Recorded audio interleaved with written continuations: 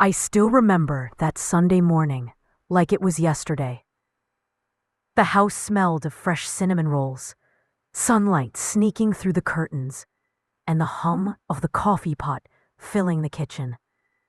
I was sitting at the old oak table, the one Frank built with his own hands 30 years ago, pouring myself another cup when I heard the front door creak open.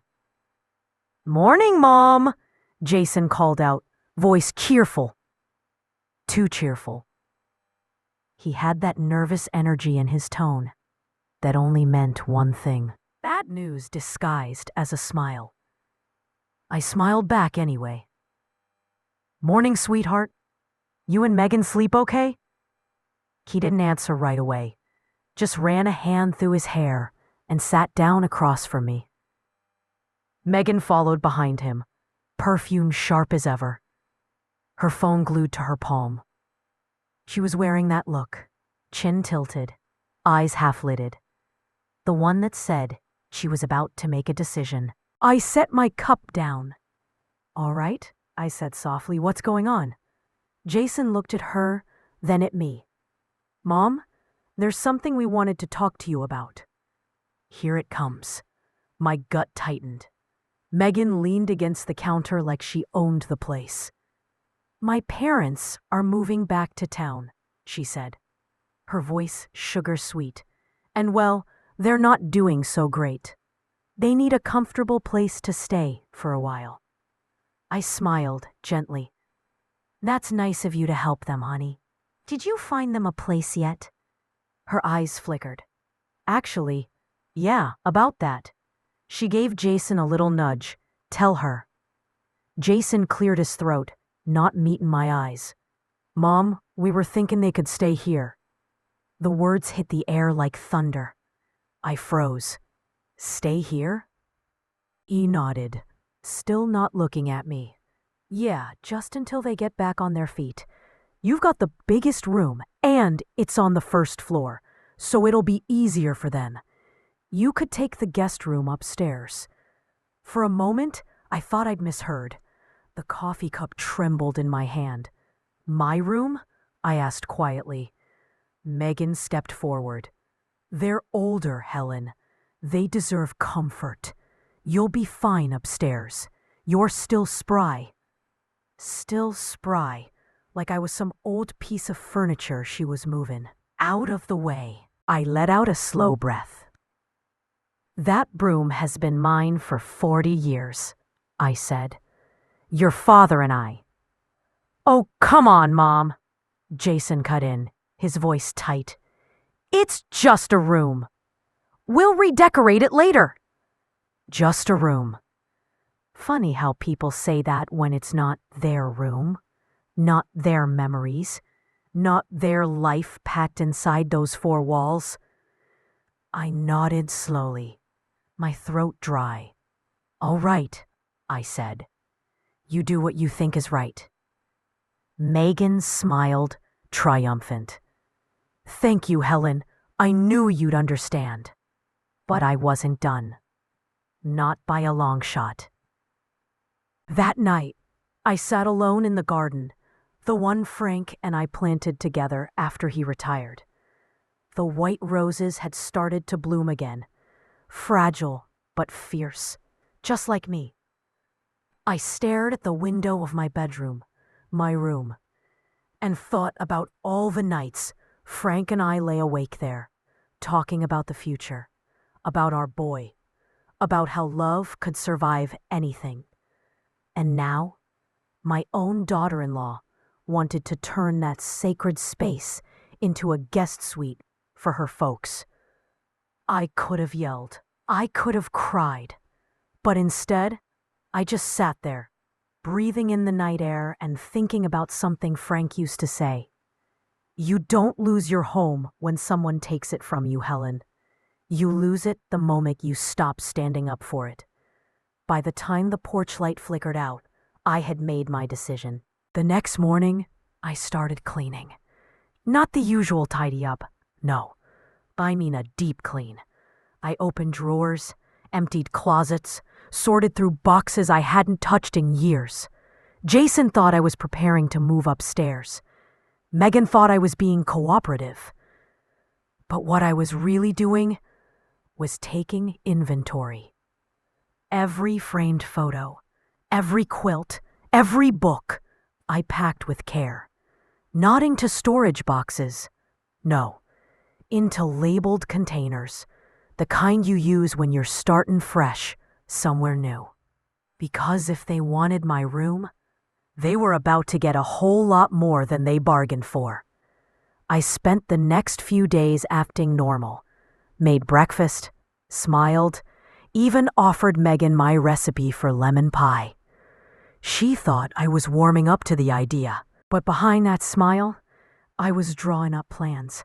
Financial papers, property deeds, the house title, all spread across my desk late into the night.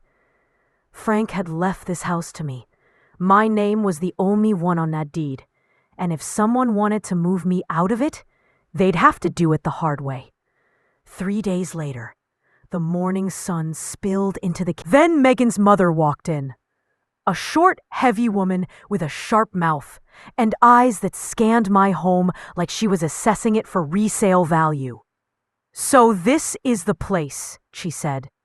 "Lovely, bit old-fashioned, but cozy." Megan giggled. "We'll freshen it up." Her father came in next, already loosening his belt, talking about how he needed a good, long rest. I smiled politely. "Well, you'll have plenty of time for that," I said. "Why don't you two make yourselves at home?" Megan grinned, relieved. She thought I was surrenderin'. But as she led them toward my room, I quietly stepped out the back door, where my lawyer was waiting by the porch. "Everything ready?" I asked. He nodded. "All signed, notarized, and filed this morning." "Good," I said, watching them through the window as they fluffed my pillows and opened my drawers like they owned the place. Because in just a few hours, they'd find out who really did. You know, there's a certain silence that settles over a home when it stops feeling like yours. That week, every little thing felt off. The air smelled different. The light hit the walls different. Even the creak of the floorboards seemed louder, like the house itself was trying to remind me what it used to be. They took my room, my sanctuary, and turned it into some kind of mini hotel. New curtains, new bedding, even one of those lavender diffusers that made the whole place smell like a spa for strangers. Megan strutted around like she was hosting some grand event, her parents trailing behind her with satisfied little smiles. Her mother, Lorraine, spent most mornings rearranging my furniture. I'd walk by and see her moving my photo frames, the ones of Frank holding Jason as a baby, replacing them with pictures of herself. And her father, Bill, well, that man had a talent for acting like the house was built just for him. He'd sit in my chair, the one I used to read in every night, hollering for more coffee like I was some kind of maid. "Ma'am, you got any sugar left?" he'd say, stretching his legs across my ottoman. It took everything in me not to laugh. Because if only they knew what was coming. See, I'd learned long ago that anger only burns you up from the inside. Patience. Now that's the quiet kind of power. And I had plenty of that left. Every day I kept to myself, moving my things upstairs piece by piece, humming old country tunes as I went. I cooked for them, smiled, acted polite. Megan thought I'd accepted it, thought I was just another harmless old woman who'd been put in her place. What she didn't know was that my place was wherever I decided it would be. So while they were busy redecorating and playing house, I was busy finishing the papers I'd started with my lawyer. You see, This house wasn't just a roof and walls. It was an asset, one I owned outright, with no mortgage, no loans, and no shared name on the deed. So, on that bright Wednesday morning, I made a little drive downtown, stopped by my lawyer's office, signed one last document, and left feeling lighter than I had in years. When I got back, I found Lorraine in my kitchen, fussin' over the stove like she'd lived there forever.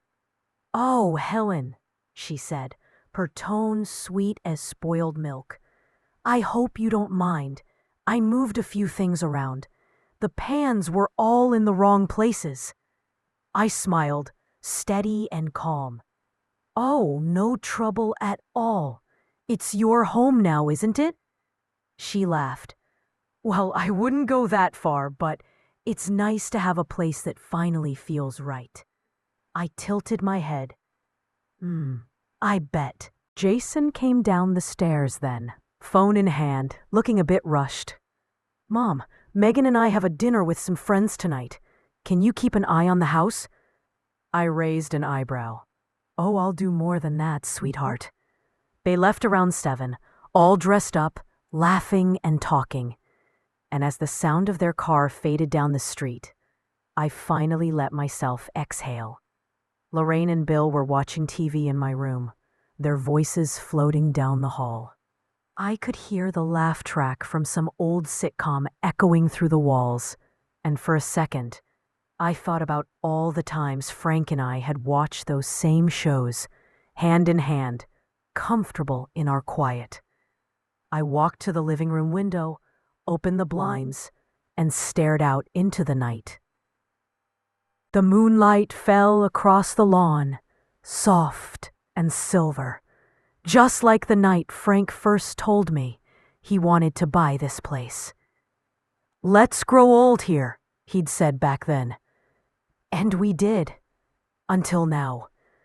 But that night, I decided I was done growing old for other people's comfort. Around 8:30, a car pulled into the driveway. Not Jason's. This one was sleek, black, and quiet. My lawyer stepped out, briefcase in hand.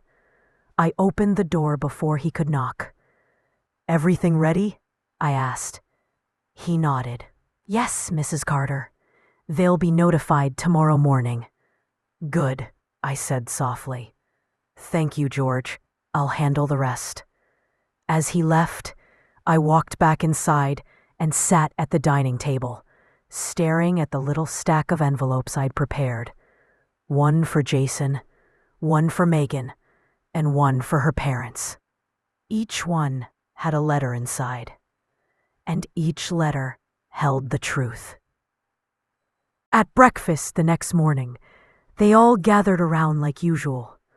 Lorraine was bragging about how she'd finally made the room look civilized, and Bill was complaining about the coffee being too weak. Megan scrolled on her phone, Jason pretending not to notice. I set a small basket on the table. "Mail came early today," I said. "There's one for each of you." They blinked. Megan opened hers first. Her smile dropped faster than I'd ever seen. "What is this?" she said, her voice sharp. Jason looked confused. "Mom, what did you—" "It's a notice," I said calmly.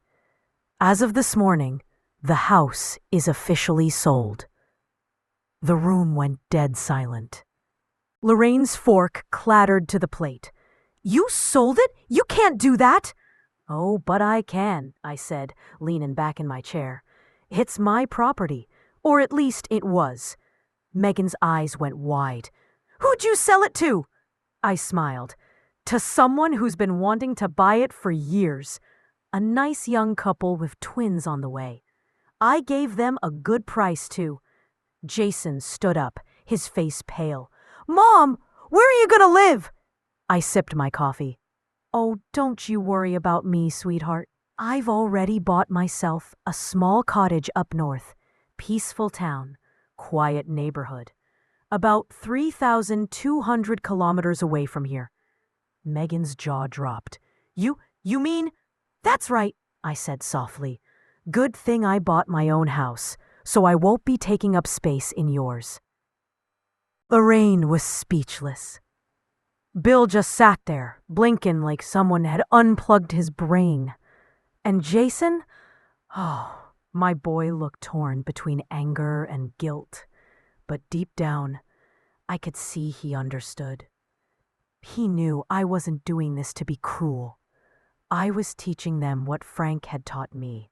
Self-respect ain't negotiable. Megan's voice cracked. You're really leaving? I smiled gently, standing up to clear my plate. You already moved me out once, honey. I just figured I'd finish the job properly. Then I looked around that kitchen one last time, at the sunlight dancing on the counters, the scent of fresh coffee, the echoes of all those years gone by, and I felt peace wash over me. You all take care now, I said quietly. And don't worry, you'll never forget what I did. The house felt quiet. Too quiet, like it was holding its breath, waiting for something to happen. Megan sat at the kitchen table, her chin in her hands, staring at the letters as if they had betrayed. She opened her mouth, then closed it. She looked at her parents for backup, but Lorraine and Bill were frozen, powerless. You're really moving out? Jason asked again. Yes, sweetheart, I said softly, and I won't be coming back. This house is yours for now. But remember, I paused, letting the words sink in. Respect, dignity, and gratitude aren't gifts you can take lightly. You'll learn the hard way if you don't. That night, the air was thick with tension. Megan stormed to her room, slamming the door. Lorraine and Bill whispered furiously, pacing back and forth like cornered cats. And Jason, my son, just sat at the kitchen table, quiet, drinking water, thinking. I could see it in his eyes. He felt the weight of the lesson too. I packed my bags in silence, humming the same old tune Frank used to whistle. Every fold of clothing, every brush of my hand across the dresser, was a small reclaiming of my life. When I finally left the house, the driveway felt like a runway. I walked out tall, shoulders back, carrying years of dignity I thought I'd lost. The street was empty, quiet except for the hum of the evening wind. And in that moment, I smiled, because freedom never felt sweeter. 2 days later, the first call came. Megan. Mom, what is wrong with you? Her voice trembled, caught between anger and fear. I let her stew. Silence is a powerful teacher. Then, after a long pause, the next week, the real fallout began. Her parents argued constantly, blaming each other for letting me get away with it. Megan realized quickly that new owners were renovating the house, changing things, making it feel alive again. Her paradise, or what she thought was hers, was gone. She tried to reach out to Jason, but he avoided her calls. She tried to manipulate him with pity, but he didn't fall for it. She tried to guilt-trip me from afar, but I was already gone, living my life in a small cottage by a lake, mornings filled with birdsong, afternoons with gardening, evenings with quiet reflection. It was beautiful, peaceful, and just mine. I called Michael one evening, hearing about how Emily, the daughter-in-law who had tried to manipulate our family, was doing. She's alone, Mom, he said softly. She's losing her friends. She's losing her job. People aren't trusting her anymore. Life is catching up with her. I nodded silently, picturing the white roses in my garden. Life doesn't need your help to teach a lesson. Karma, or whatever you call it, does its work quietly, without noise. And as I hung up the phone, I thought about Frank, about Jason, about the years I'd spent being small for everyone else. No more. I had my life back, my house back, my dignity back. And the best part? They learned their lesson without me having to lift a finger. The months passed. My new cottage became a haven. I set up a little herb garden, planted flowers along the windows, and each morning I made coffee while listening to the lake lap gently against the shore. I wrote letters to my friends, visited Michael often, and watched him grow stronger, happier, and more confident with Patricia by his side. I had everything I'd ever wanted, and for the first time in decades, I felt safe. Safe in my own skin. Safe in my own home. Safe in my own life. No one could take it from me again. The days turned into weeks, but Megan couldn't let go. Every time she drove past my old street, her hands tightened on the steering wheel. Every time she heard about the renovations, she seethed. And I was living in my little lake cottage, mornings filled with birdsong, afternoons with my garden, and evenings with the quiet hum of contentment. Michael came over often, bringing Patricia along, both careful to respect my space, my rules, my peace. One morning, a letter arrived, Megan's handwriting. I opened it slowly, savoring the moment.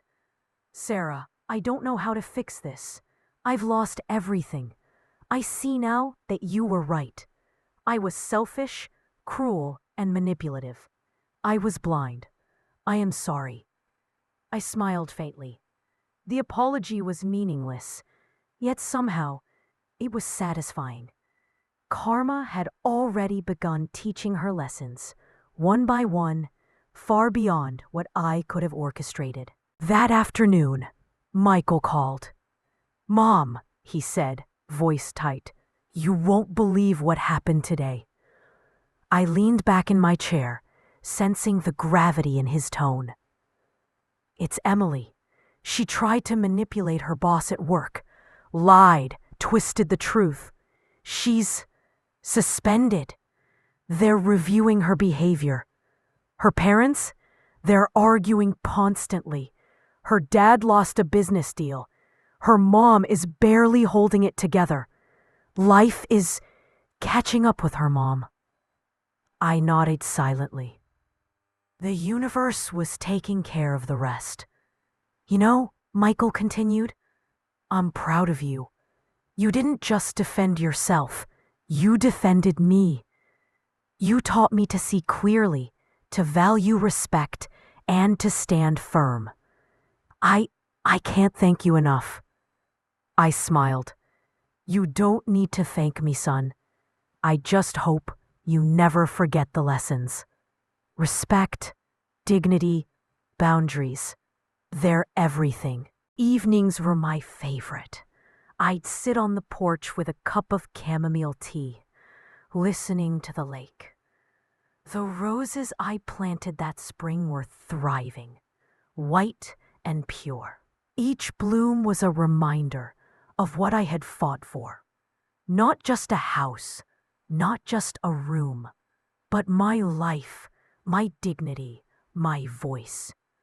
Michael and Patricia came over one Saturday.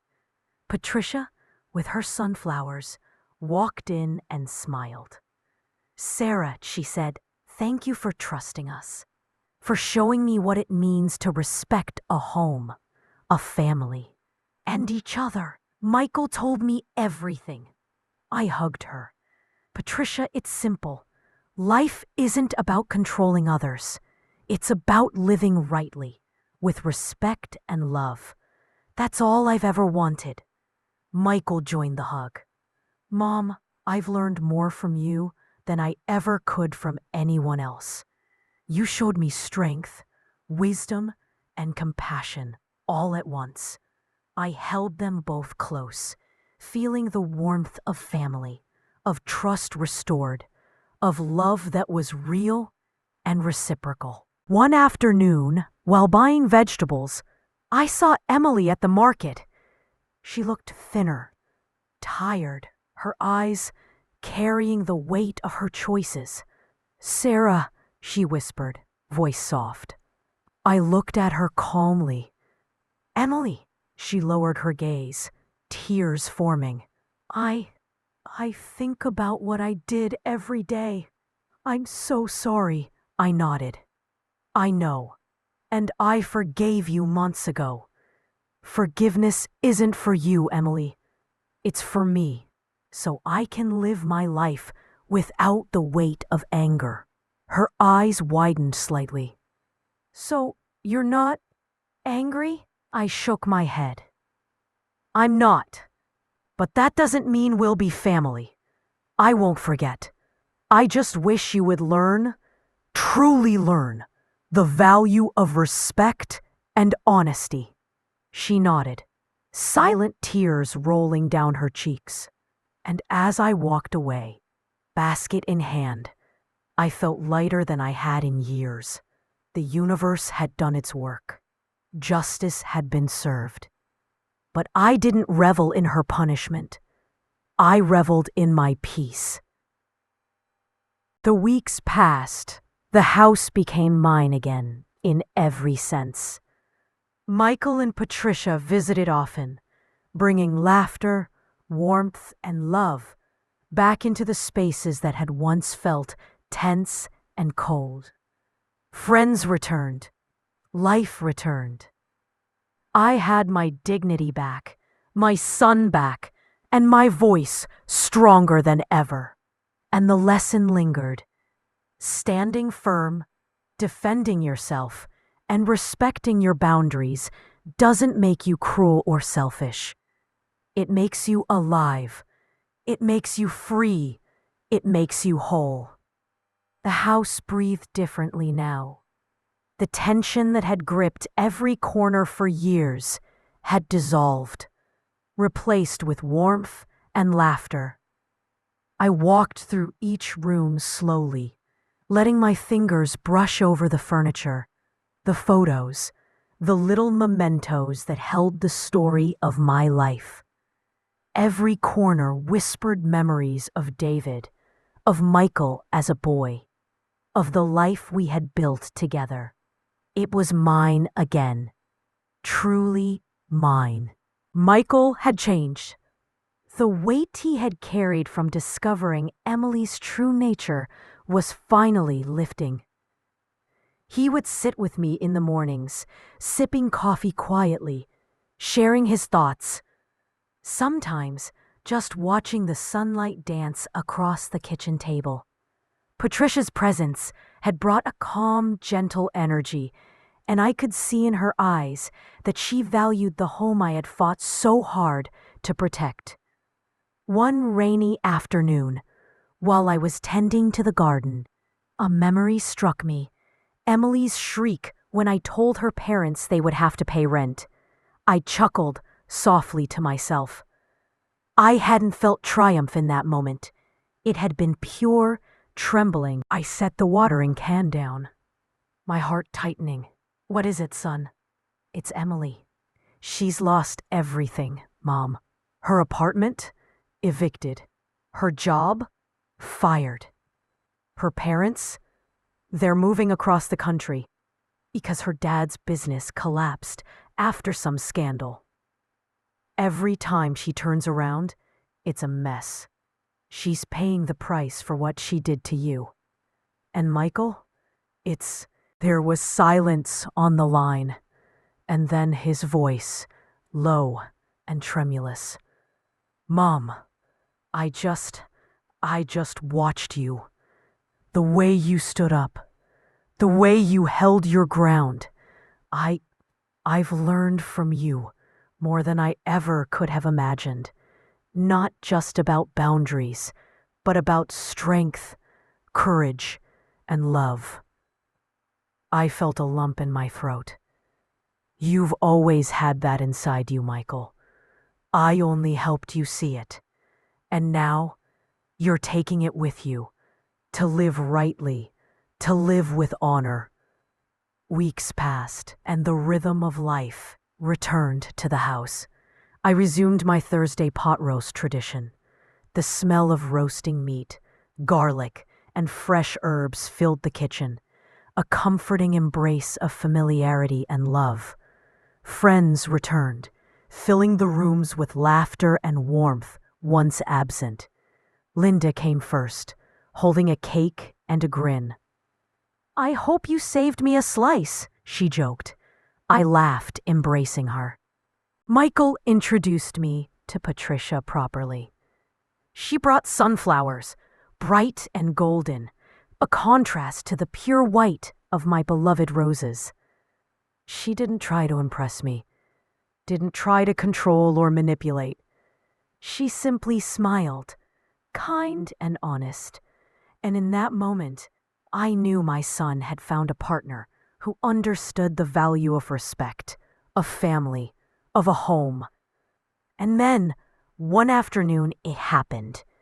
I was at the market, picking out vegetables for the pot roast, when I saw her, Emily, alone. Thinner, smaller somehow. Her eyes met mine, hesitant, almost afraid, but she didn't look away. She came closer, voice barely a whisper. "Sarah, I want to say I'm sorry. Truly." I looked at her, calm, quiet. "Emily," she swallowed, tears pooling. "I think about what I did every day, how I treated you, Michael, my parents. I don't know how I could have been so cruel." I nodded slowly. "I forgave you months ago, Emily. Forgiveness isn't for you, it's for me. I can live my life without carrying anger, without being trapped by what you did." Her voice shook. "So, you're not angry?" "No," I said gently. "But this doesn't mean we'll ever be family. Trust has to be earned. Respect has to be shown. That lesson, I hope you carry it with you." And as I walked away, basket in hand, I felt something I hadn't felt in years. Lightness. Freedom. The weight of resentment lifted. The house flourished. The roses bloomed. Michael and Patricia brought laughter, music, and new life into the rooms that had once felt cold. Friends returned, filling the void with joy. And I was alive again, whole, peaceful, strong. I understood something profound that year. Defending your dignity doesn't make you cruel or selfish. It makes you human. It makes you free. It makes you whole. And I had finally, fully reclaimed my... Days turned into weeks, and the house, my house, began to breathe again. I could feel it in the little things, the soft creak of the stairs when I walked down at dawn, the smell of fresh coffee drifting through the kitchen, the sunlight spilling across the living room where David's photographs smiled at me from the walls. Every corner had a story, every object a memory, and for the first time in years, I felt I truly belonged here again. Michael had settled into a new rhythm too. He came home with a calm that hadn't been there before. The burden of deception and heartbreak finally lifting from his shoulders. He helped around the house, cooked with me, and sometimes we would just sit in the garden, sipping tea, listening to the wind rustle through the rose bushes. Patricia was gentle and understanding, not trying to take the place of what had been lost. but quietly adding her warmth, her honesty, her respect for both of us. One rainy afternoon, as I was tending the roses, a memory crept into my mind. The day Emily's parents arrived, expecting my room to be theirs. I smiled faintly, remembering the quiet power of that moment. I hadn't yelled. I hadn't struck out in anger. I had simply stood firm, presented the truth, and set boundaries. That day had been my turning point. I had defended not just a room, not just a house, but my dignity, my memories, my life. Later that week, Michael approached me in the kitchen, a hesitant look on his face. "Mom," he said softly, "I want to ask you something." I paused, knife in hand, looking at him over the edge of the counter. "What is it, son?" Patricia and I, we're thinking about getting married, and we'd like to live here with you, but only if it's okay with you, and only under your rules. Your house, your space, your boundaries. We don't want to disrupt that." Tears welled up in my eyes. I had spent so long fearing that setting boundaries meant isolation, that saying no meant loneliness. And now, here was my son, choosing to honor those very boundaries, asking permission with love and respect. "You've always been my son, Michael," I said, my voice thick with emotion. "And you've grown into a man who understands respect, love, and integrity. If you and Patricia live here, it will be under my roof, my rules, but you are welcome. Always welcome."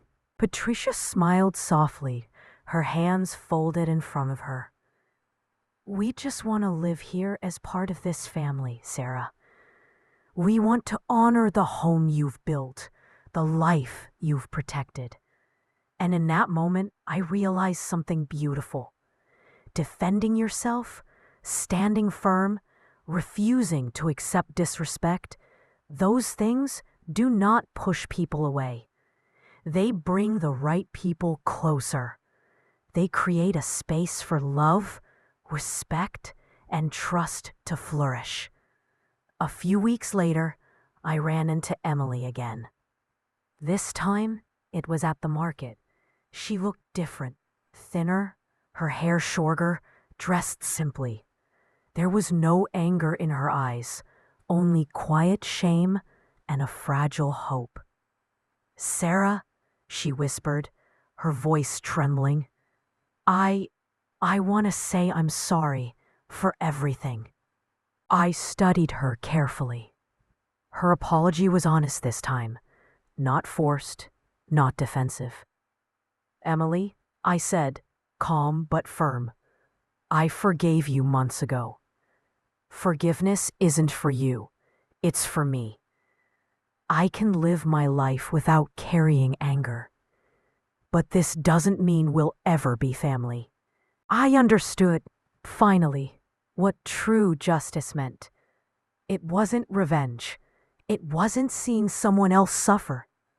True justice was reclaiming your peace, defending your dignity, setting boundaries, and trusting the universe to balance the scales. I had won something far more precious than a room or a house. I had won myself back. The year that followed Emily's departure was like watching a garden bloom after a harsh winter. Slowly, deliberately, life returned to my house. I could feel the pulse of it again, the floors creaking with familiarity, the curtains fluttering in the morning breeze, the smell of fresh coffee drifting from the kitchen, mingling with the soft scent of the roses outside. Every room whispered memories of David. Every corner held the laughter and love we had built together. Michael had changed, too. The weight of betrayal, the anger, and the heartbreak he had carried for months gradually lifted. He moved through the house with a sense of calm that hadn't been there before, the tension in his shoulders replaced with quiet strength. He cooked with me, often helping with the simplest tasks. Yet it felt like a blessing to have him in the kitchen, chatting, laughing, rediscovering the bond we had almost lost. And then there was Patricia. Gentle, honest, full of warmth, she fit into our home without trying to replace anyone. She respected our space, our routines, our memories. With her, I saw Michael's happiness bloom again, and I felt relief that my son had found someone worthy of him. One Saturday morning, as sunlight poured through the large windows, Michael approached me in the kitchen. He looked nervous, his fingers fidgeting with the edge of a tea towel. "Mom," he said quietly, "Patricia and I want to ask you something." I raised an eyebrow, pausing mid-stir. "Oh?" He took a deep breath, his voice firm yet tender. "We're thinking about getting married, and we'd like to live here with you if you're okay with it. But only under your rules. With your space respected, your house, your life. We don't want to disturb it, only be part of it." Tears filled my eyes. I had spent so long believing that standing firm meant loneliness, that saying no meant isolation. And yet here was my son, honoring boundaries I had fought so hard to set, asking permission with love, respect, and humility. "You've grown into a man I'm proud of," I whispered. "A man who knows what respect, love, and integrity mean. You and Patricia are welcome here, always. But this is my home, under my rules. Always remember that." Patricia stepped forward, her hands folded gently. "We just want to live here as part of this family, Sarah. To honor the home you've protected, the life you've defended." And in that moment, I understood something I hadn't before. Defending yourself, standing firm, refusing to tolerate disrespect. Those things do not push people away. They open the door to the right people, the ones who honor you, the ones who deserve to be close. Weeks later, I saw Emily again, this time at the market. She looked different, thinner, her hair shorter, dressed simply, carrying herself with quiet humility. Our eyes met, and for a moment, the bustling market disappeared. "Sarah," she whispered, voice trembling, I want to apologize for everything." I studied her carefully. This was an honest apology, not defensive, not forced. "Emily," I said softly, "I forgave you months ago. Forgiveness isn't for you, it's for me. I can live my life free from anger now. But that doesn't mean we'll ever be family again. Trust must be earned. Respect must be shown." Tears streamed down her face. "I will never forget what I did. I will never treat anyone that way again." I nodded. "Then you've learned your lesson. That is enough." As we parted, walking down different aisles, I felt a strange lightness, the weight of betrayal, anger, and resentment I had carried for so long, gone. I could finally breathe freely. Back home, the rose bushes had bloomed fully, white and pristine, a symbol of resilience and renewal. Michael and Patricia brought laughter and joy into the house. Friends returned, filling the rooms with warmth. And I was alive again, whole, peaceful, and strong. I realized then what true justice really was. It wasn't revenge. It wasn't making someone suffer. True justice was reclaiming your peace, defending your dignity, setting boundaries, and trusting the universe to balance the scales. I had won more than a room or a house. I had won myself back. Sitting in the garden one evening, the roses brushing against my hands, I whispered to David, as I often did. We did it, my love. We got the house back. We got our son back. And we found peace. A gentle breeze stirred the blooms, and I felt his presence, his pride, his voice, as if he was standing beside me. Life, I understood, always collects its debts. Emily had learned her lesson, not through punishment, but through natural consequences. Michael had learned what it meant to recognize truth, to honor the right choices, and to value respect. And I had reclaimed my life, my dignity, my voice. A year after that fateful Sunday, I could say something I couldn't say before. I am at peace. I wake up early now. I enjoy my mornings, water the plants slowly, listen to music while making coffee. Michael is happy, Patricia brings warmth, and our home thrives with life again. The hardest lesson I ever learned? Silence kills. It kills your spirit, your dignity, your identity. And yet, standing firm, setting boundaries, claiming your life, these things give you more than you can imagine. They give you freedom. They give you peace. They give you yourself. I and Sarah, 65 years old, widow, mother, survivor, and for the first time in decades, free.